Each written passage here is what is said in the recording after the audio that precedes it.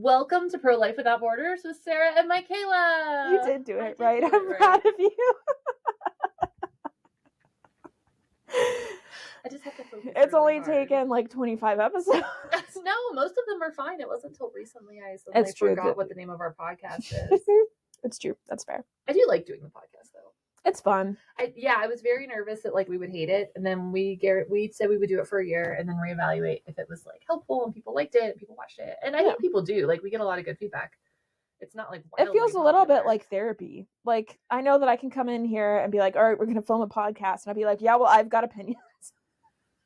It's just Sarah and Mikayla venting. Honestly, about stuff. It's fine. It's our podcast. We can do whatever we want. Well, not whatever we want, but within reason. Mm-hmm. Well, I can vent if I want. Like, you and I both really like reading. Yeah. And so it kind of gives me an excuse to be like, oh, I have to read this book because I'm going to talk about it on the podcast. Yeah, it has been a good way for me to scratch that itch of like learning and constantly reading and trying to be up to date, which are all good things to do for the type of work we do anyway, which we do anyway, but this is, now I'm held accountable. Like I can't forget to look something up because be like, wow. Yeah. So we have this episode and then we'll do our Q&A next week. Mm-hmm. And we'll take all the questions that you guys have given us and we'll answer them, and then we'll probably just whatever if we have time. Yeah, I'll wear my Christmas hat. Yeah, I have my Santa hat. Like I'll bring it. I have one Christmas shirt and it says Fa La La La Llama, and then I love the shirt. I love that. I'll wear that. Do I have a Christmas shirt? I do. Oh, I do, but it has branding on it. You probably can't wear it then. No, I mean it's branding that you and I both appreciate because they gave us degrees, but oh, then it's fine. I was like, I think it'd be fine. But that's I think I was like, I think that's the only Christmas shirt I have is like a Geneva. Out as very pro-life again. Like yeah, they did. Didn't even need to, but they did. I wish you could do a whole podcast episode on that, but we won't. We'll just say that we really love the fact that Geneva made the statement that they did. Yes, and we are proud to be alumni. Yes, alumnus. No, alumni because there's two of us. Yeah, we're alumni. Yes. Yeah. Alumni is weird because like the I is plural, but the us is singular. Yeah, I don't like it, but it is what it is. Yeah. So we'll do the Q&A, and then then we'll have 2 weeks off where there are no podcasts, which you will struggle with because you're so used to hearing us every week. But we're tired. We'll come back. Yeah, it actually might be 3 weeks depending on how we lay it out. We'll come back in January. It'll be a surprise. Yeah. 2, is it 3? Who knows? And I would love to talk about, so I just got, I think I sent you a copy of the 1916 Project. Yeah. And I don't know if I'll love it because I haven't started it yet. But I want to read it and then give it to you, and then you can read it, and then we can just talk about it. Okay. Like whether we love it or hate it. Okay. I think we'll like it. I think we will. I'm sure that there'll be things that we are kind of like, I don't know if that's the way, but I think overall it's going to be good. We'll find out. Like, watch it be not good. Like okay, short. That's good, because I was like, I wasn't planning on reading over Christmas break, at least not for the podcast, but I also say that every year, and I end up doing stuff over Christmas break. Maybe I'll give it to you now. And you can read it first because I'm slower to read than you are. Yeah, that's. And I personally, it would. You do have way more children than I do, like approximately 10,000%. Yeah, I was like a considerable amount more of children. I consider 6 is considerable. Like I've run into Amish families who are like, that's a lot of children. Yeah, and I'm like, especially when they're all boys, right? It's just so there's no balance. It is all testosterone. I have a friend who she actually also went to Geneva. She was an intern at the pregnancy center. So she and I we did not attend at the same time, but I met her because she did her internship. Yeah. So her oldest is in between my second and third, and she has 6 girls. And just found out, like not just found out, she's actually due to deliver soon, but found out she's pregnant with number 7, a boy. No, I don't know. I mean, like, what can you do? But wow. No, I have friends who can you imagine having 6 older siblings? I have friends who have 6 daughters. They had 4, and then they've since adopted 2, and they were both girls. So but I feel like the last 2, like they consciously like adopted, like they knew, like we've got a good thing going. Yeah, right. Like I feel like you might as well not mess with a good thing when you've got it. Like, why fix what ain't broke? You know. I feel like people always text me if they're pregnant with like a lot of children because they know I'll be happy. Yeah, we're pro-life. Like and even pro-life people. Some people, people get really weird when it comes to the amount of children that you're having. Like, people just suddenly have opinions and feel like a pregnancy announcement's the great time to voice them. And I feel like once you surpass 3, like 2 is fine. Everyone's still excited at number 2, and then when you get to number 3, it's like, okay, I guess it's good. And then by the time you get to 4, people are over it. And so you have to be really thoughtful about who you tell first. And I love to be the first person because I'm going to be overjoyed if you're pregnant with your 15th or your first. Like, it doesn't matter. So she tends to tell me, like, I mean, I'm sure she tells other people too, but she tells me right away. And then she always tells me when it's another girl because I'm also like, congratulations. Even though it's girl like 4 or 5, 6. And she texted, it's a boy. And I just texted back, shut up. Shut up. Shocked. Like in the 2000s. Plot twist. Yes. Shut up. Yes, like that kind of shut up. Like from Princess Diaries. Yeah. They're coming out with number 3. Have you seen that? But Julie Andrews is gone. Well, now that you bring it up, but... Well, she was gone before I brought it up. It's not like... We'll do like a Princess Diaries 3 review. Man, I forgot when she passed away. I'm not sure that a Princess Diaries review is pro-life. Maybe. I mean, we could watch it. Maybe there's something we can make it happen. We'll figure it out.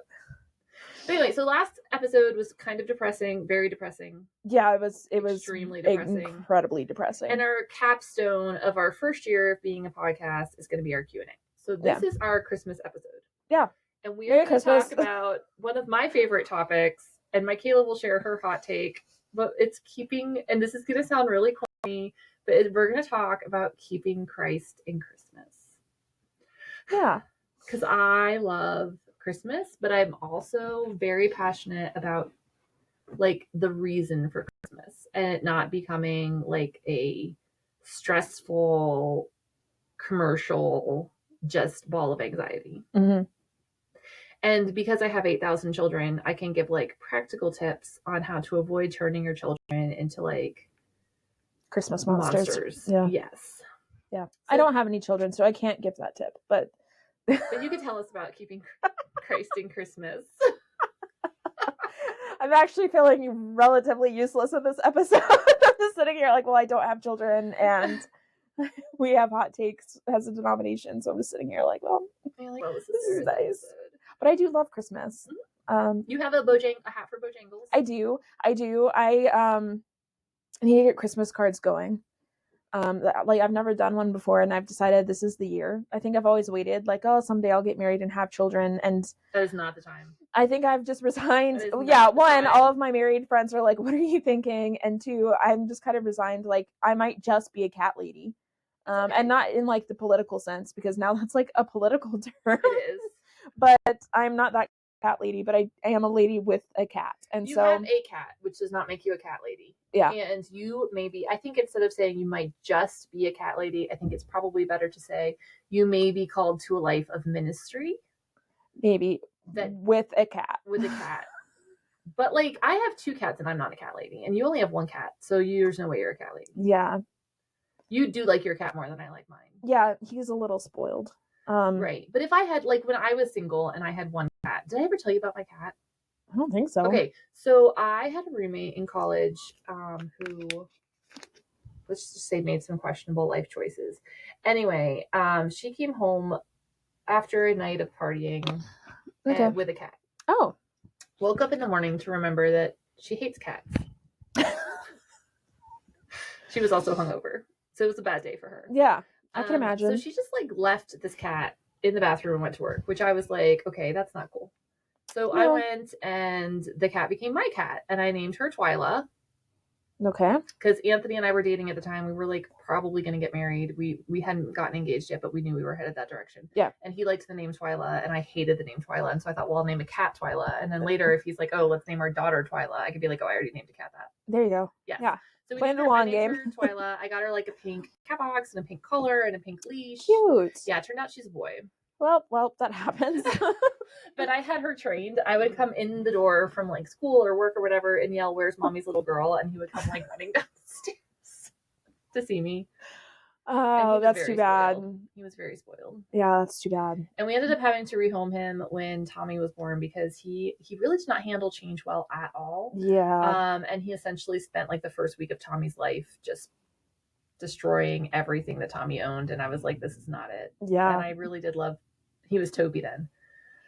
But had to make a choice. Oh, that's too bad. But anyway, so keeping Christ in Christmas. So one of the things that I frequently see in my mom groups and with friends is this struggle of our kids becoming very commercialized over Christmas. Mm-hmm. And it's all about what I want, what is going to be under the tree, how much money is our mom and dad going to spend. And I remember being very shocked. Probably 2 or 3 years ago, I was doing junior church at church, which is where you would do junior church. So I don't know why. Yeah, I'm like, junior church, that's not at church? The other kind. Okay. Right. I was doing junior church and I said, hey, like, what was everyone's favorite gift? Now, these are elementary school students. Yeah. Phones, tablets, smart watches. Like, these kids got stuff that I wasn't getting for Christmas. Yeah.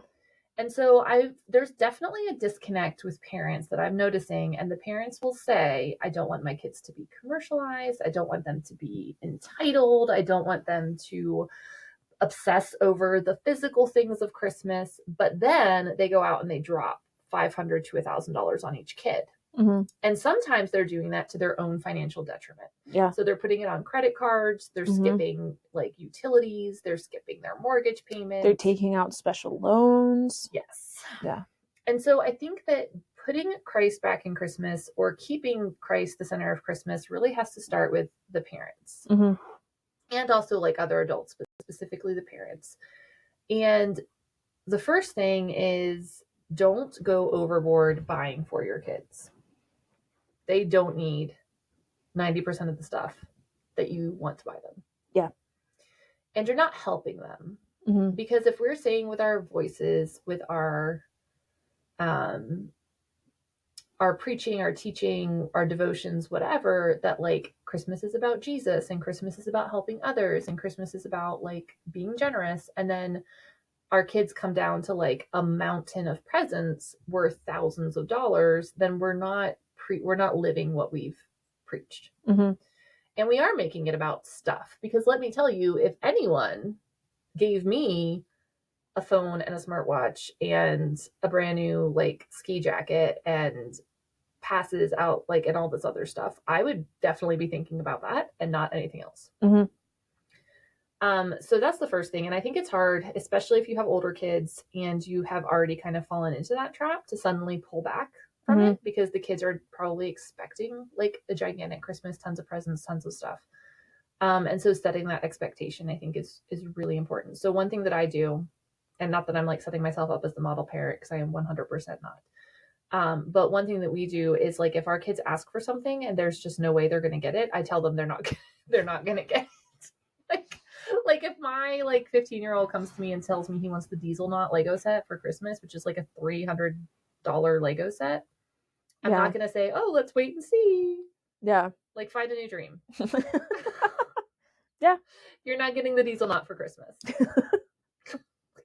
What a cool goal to save up for, though, you know? Right. Yeah. Like if you work and you want to spend $300 on a Lego set, then that's your biz. But it's not going to be under the tree for you.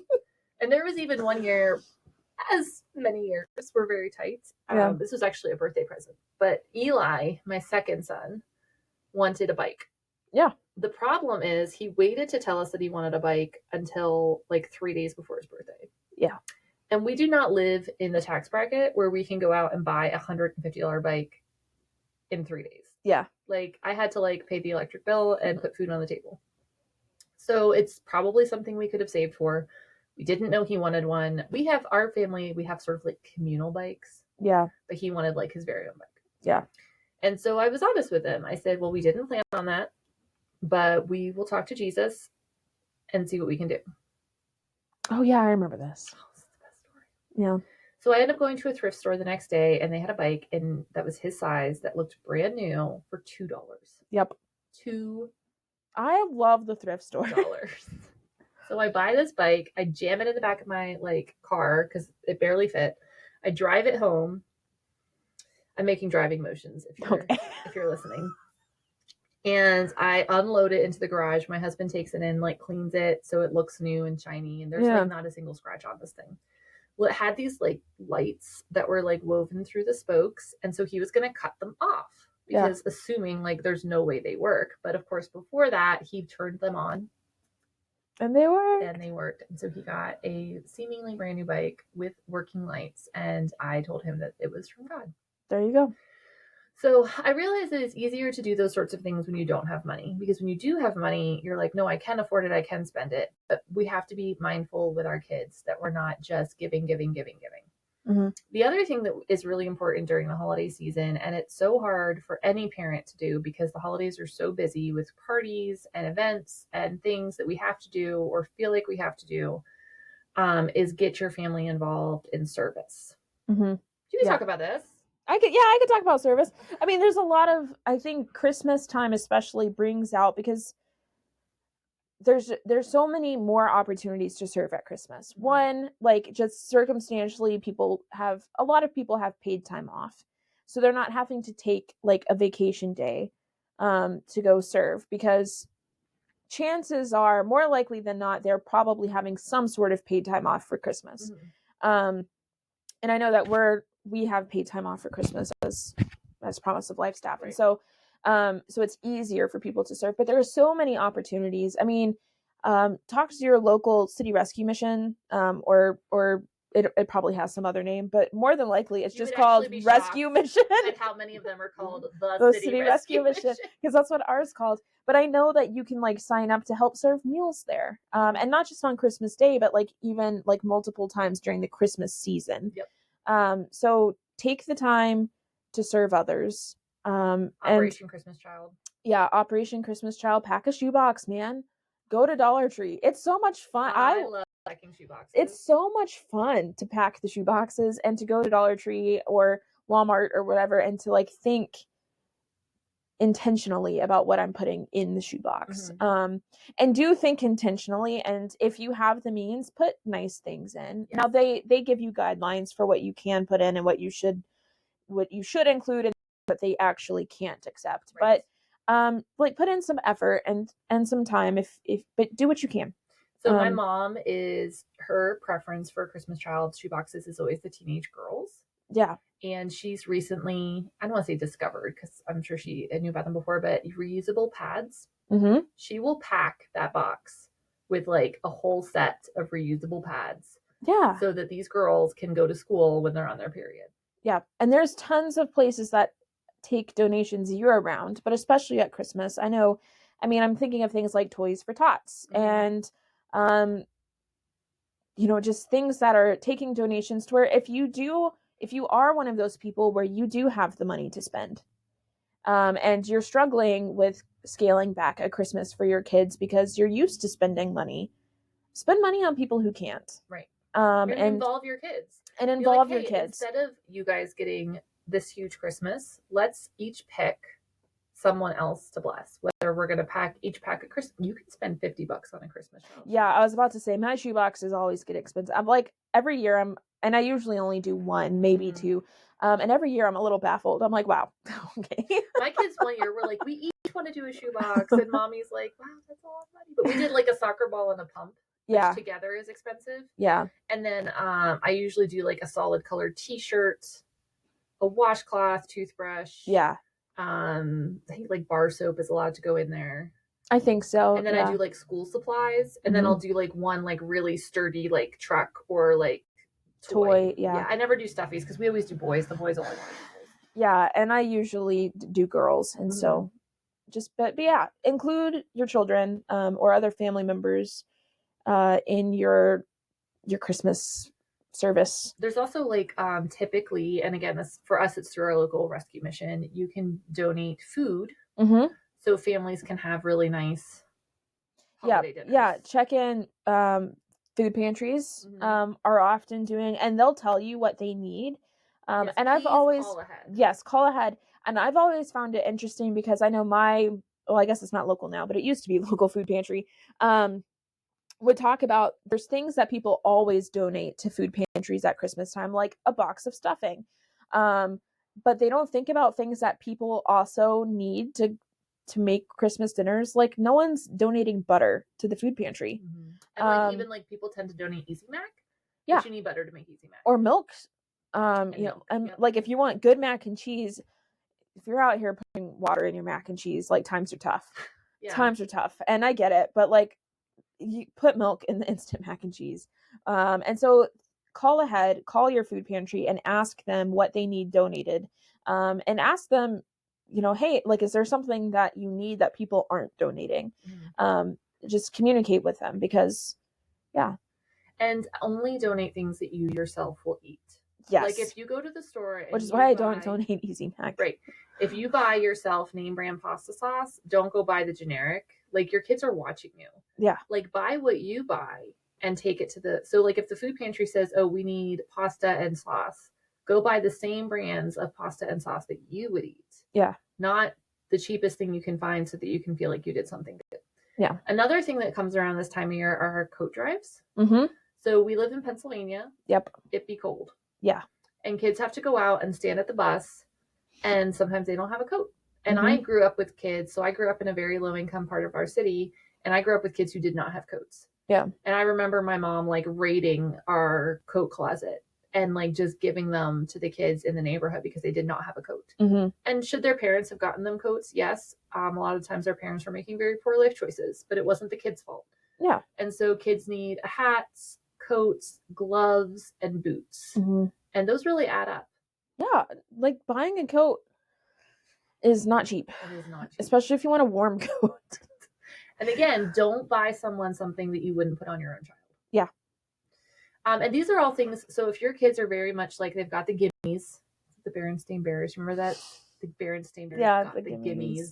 Was it Christmas related or was it like a birthday? I forget. I don't remember. They had the gimmies. Yeah. Anyway, if your kids got the gimmies, take them shopping for these things. Okay, so take them shopping for Operation Christmas Child. Involve them in the research. Involve them in picking, you know, I don't care if they're teenagers and they're annoying. Like, make them help.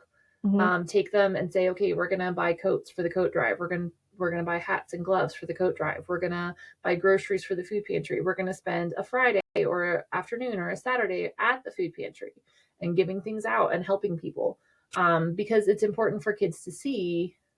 And I'm saying this carefully because one of the things that gets me really wound up at this time of year is what I call poverty tourism.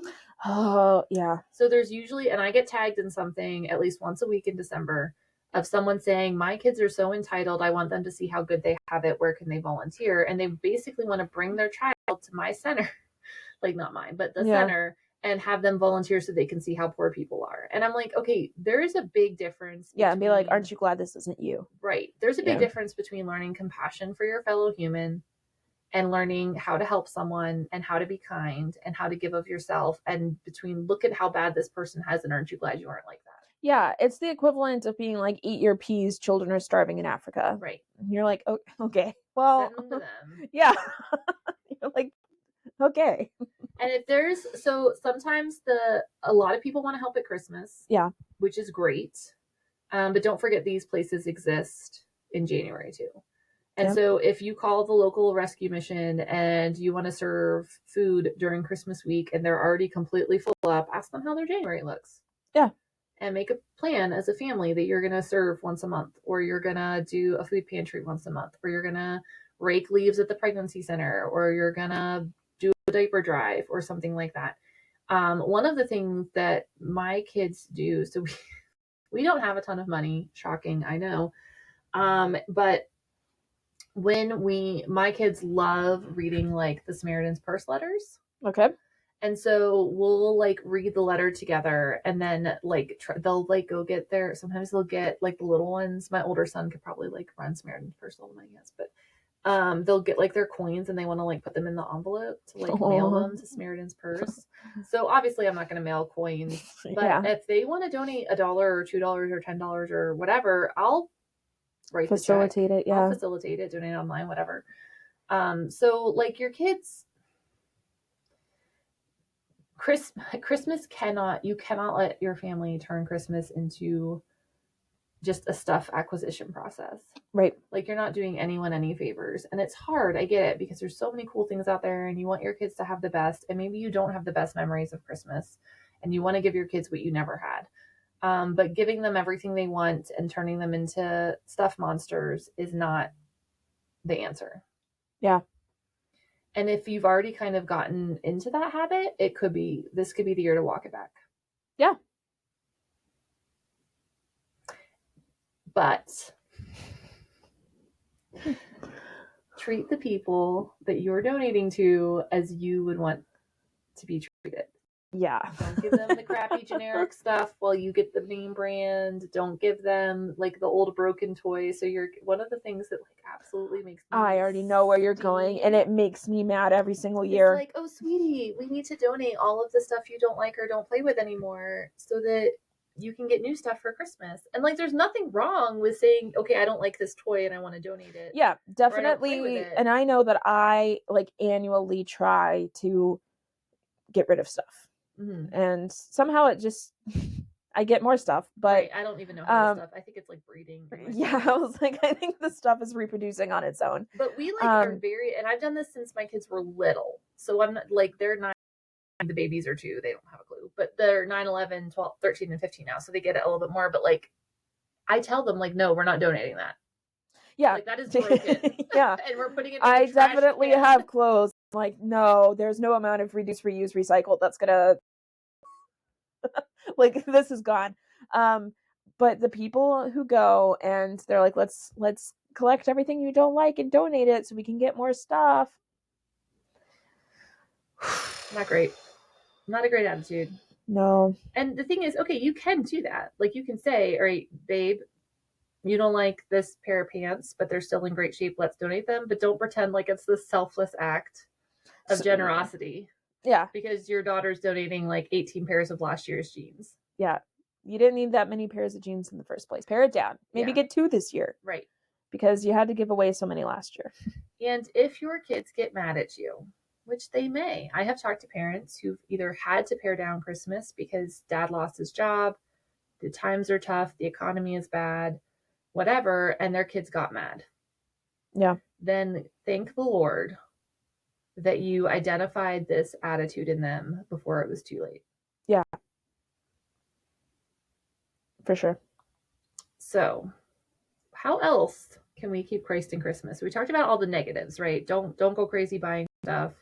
We talked a little bit about service, but if Christmas is about Jesus, and maybe it's not. That's so rude. Just say what you want to say. Okay, so Mikayla is in a denomination where they don't celebrate Christmas. And so we have this joke of like, I'm constantly like, keep Christ in Christmas. I cover my house in manger scene, covered. Like you cannot step without stepping on a nativity scene at my house. Yeah. And Mikayla is like, absolutely not. Like Christmas is not in the Bible. And we're not celebrating. You made me sound like the Grinch. I would like to clarify. I would like to speak on behalf. I offered you an opportunity. I gave you the side eye. I would like to speak on behalf of myself because I believers everywhere. No, because some of them like legitimately don't believe in Christmas. Our stance is that we don't celebrate the church calendar, in corporate worship. So not to burst everyone's bubble, but we don't celebrate Easter either. Wait, how did I not know that? I don't like, here it is. So if you were expecting like some sort of special Easter like thing, it's not happening at my church. And it is not because we think Christmas is pagan, or anything of the nature. We follow what they call the regulative principles of worship. And some people interpret them differently. So some people might say, oh, we follow the RPW, but they do celebrate Christmas. If you were to come to church the Sunday before Christmas, it's going to be like any other church service that we have. Like that's what we mean. And you guys don't do like a Christmas Eve service? We don't have a Christmas Eve service. We don't have a Christmas Day service unless Christmas Day happens to be on a Sunday, which has happened, and it's church as usual. But you have a Thanksgiving service. It's a whole thing. How does that work with the regulative properties of worship? It's a whole thing, but we don't corporately celebrate Christmas as a church. Plenty of our but do plenty of people, in fact, I would say a pretty decent majority of our PCNA people do celebrate Christmas. I have a Christmas tree up. Whoops, my microphone. My Christmas tree has been up since November 1st. Controversial, but I needed the dopamine hit. Well, and you have plenty of Christmas outfits for Bojangles to wear. He has one Christmas outfit. I thought he had two Christmas outfits. I thought he had his hat that he sat in, and then he had one that fit on his head. Oh, well, the hat that he sat in was mine. Like, that's my Christmas hat that I, for whatever reason, was like, what if I put my cat in this hat? And took a really cute picture of him, just like, I'll put the picture in here. The podcast is just going to be Bojangles pictures. And then he has his own Christmas hat that matches mine. Okay. That I'm hoping he will tolerate wearing long enough to get a picture for the Christmas card. Nice.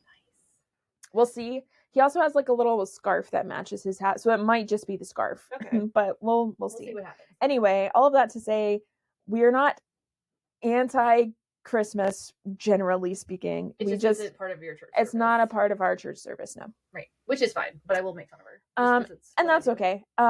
Because we do celebrate Christ coming every Sunday, which I know sounds really cheesy, but no, it's awesome. But like, yeah, it's something we think about every Lord's Day, is the fact that Christ has come. And if you want to come to a Christmas Eve service, and if you want to go to a Christmas Eve service, the RPCNA is not where you will find one, but you can find one at Sarah's church.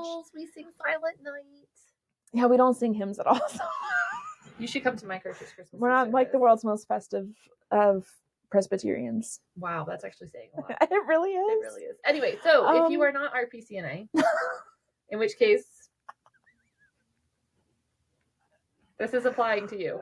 I'm sure there's other Presbyterian denominations too that don't celebrate Christmas. Yeah. Oh, there's some that are very hardcore about it, okay. And don't even celebrate privately. Like, have totally boycotted.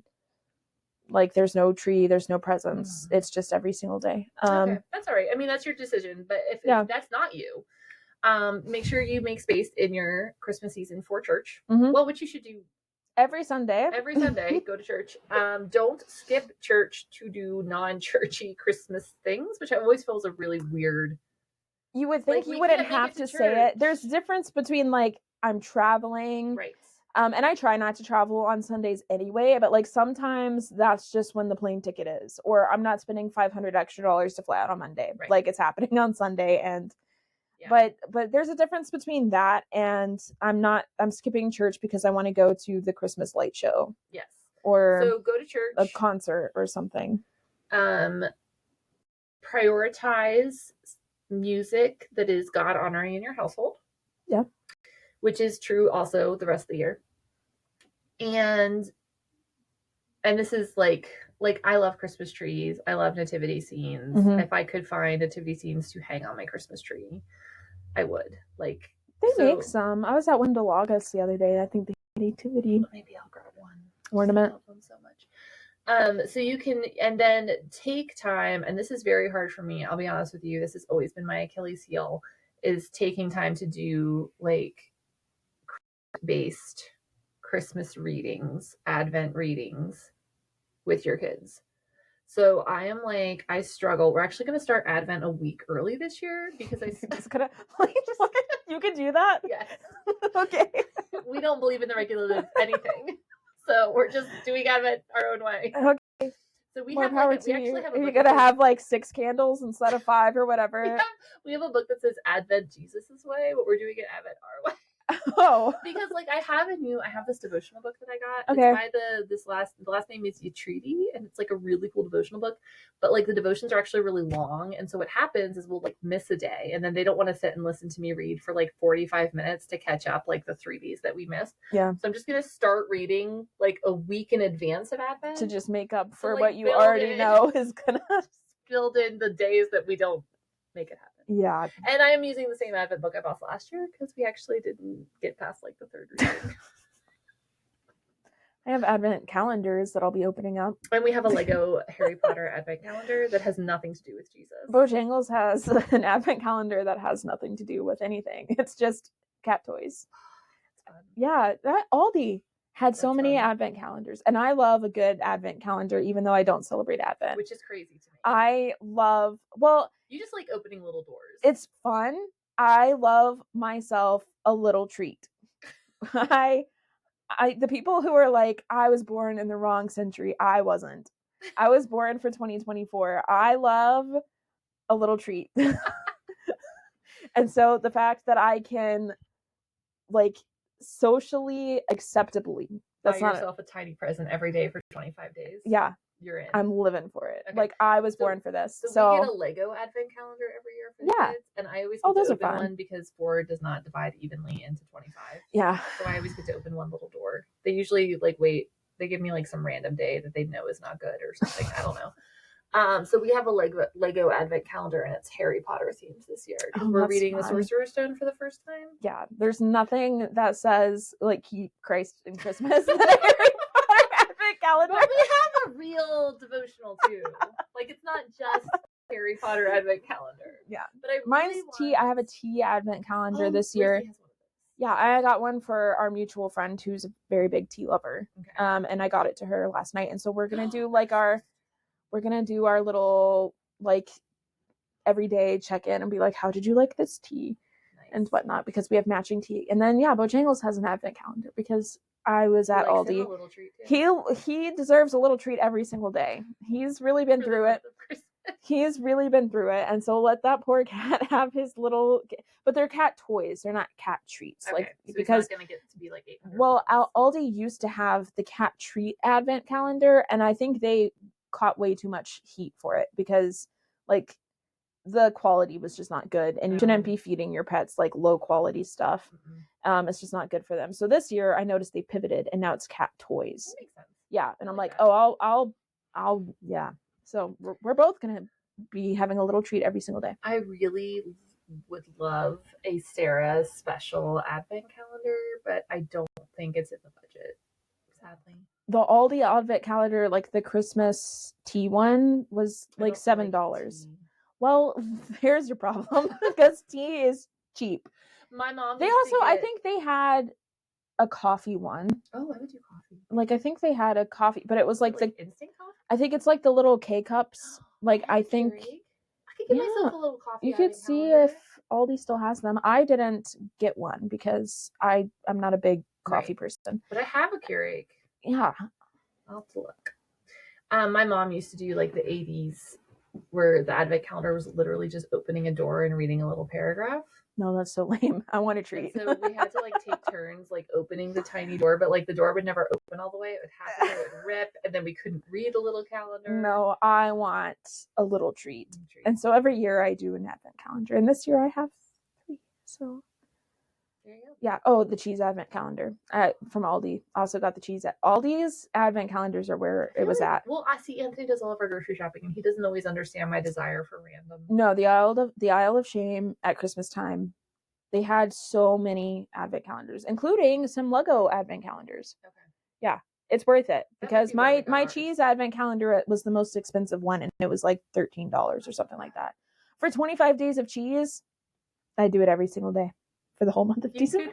You could get yourself 12 of them and just have a different piece of cheese. Don't tempt me. Every day for the whole year. And do not tempt me. Just buy yourself 12 advent calendars.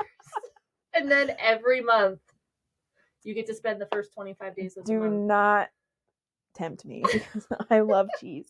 And I love a little treat. And I love advent calendars, but I don't celebrate Advent, and I'm okay with that. Okay, I'm at peace with my decisions, peace on earth, and goodwill to men. And goodwill to men. Eat the cheese. So if you celebrate Christmas, keep Christ in it. If you don't celebrate Christmas, just keep Christ in your daily life. Get yourself a cheese calendar, regardless. And if you are like me and you struggle with doing Advent readings every day, just start Advent a week early. What could go wrong? Yeah. So do you have a Jesus moment? The Jesus moment is on you this week because we've established that we don't do Christmas at my church. So the Jesus moment is on you. We do Jesus at my church. It's on me. Okay. So as we all know, Jesus came to earth and... Wow. Profound. Shut up. And we love Christmas because babies are cute and Jesus as a baby was cute. And we like to give each other presents and the whole Santa Claus thing going on. And it's become a very huge part of both the Christian calendar and the secular calendar for a variety of reasons. But the reason Jesus came was to be a sacrifice for our sins. Yeah. And I know that Easter, we'll do a special Easter podcast that we'll do a special episode where it'll be like, we don't celebrate Easter. I don't know what the Easter version of the Grinch is, but we'll bring Pastor Brown in and he can explain it better. I mean, not that you didn't do a great job. It's like we just TLDR for those of you who know what that means. Yeah. So the reason for the season is not just Jesus coming to earth as a baby, which is awesome, but it was him coming to earth to eventually be the sacrifice for our sins. So as you're going through the Christmas season, don't just think about, how can I keep Christ and Christmas for my kids and my grandkids and my community, but think about who can I share Jesus with? Because Christmas is a hard time for a lot of people, regardless of their affiliation with church or not. Yeah. And so they could be feeling extra low, extra sad, extra depressed around Christmas. And so do your best to be Jesus for those people, whether you're doing a official service project or you're just being kind to someone, a worker, someone else in a store, someone at your job, and look for people that you can love a little bit, because Christmas is tough for a lot of people. And we as Christians should be reminding people that it is about Jesus and being the hands and feet of Jesus for those people who are having a hard time. There you go. There we go. And we will see you in January. See you in January.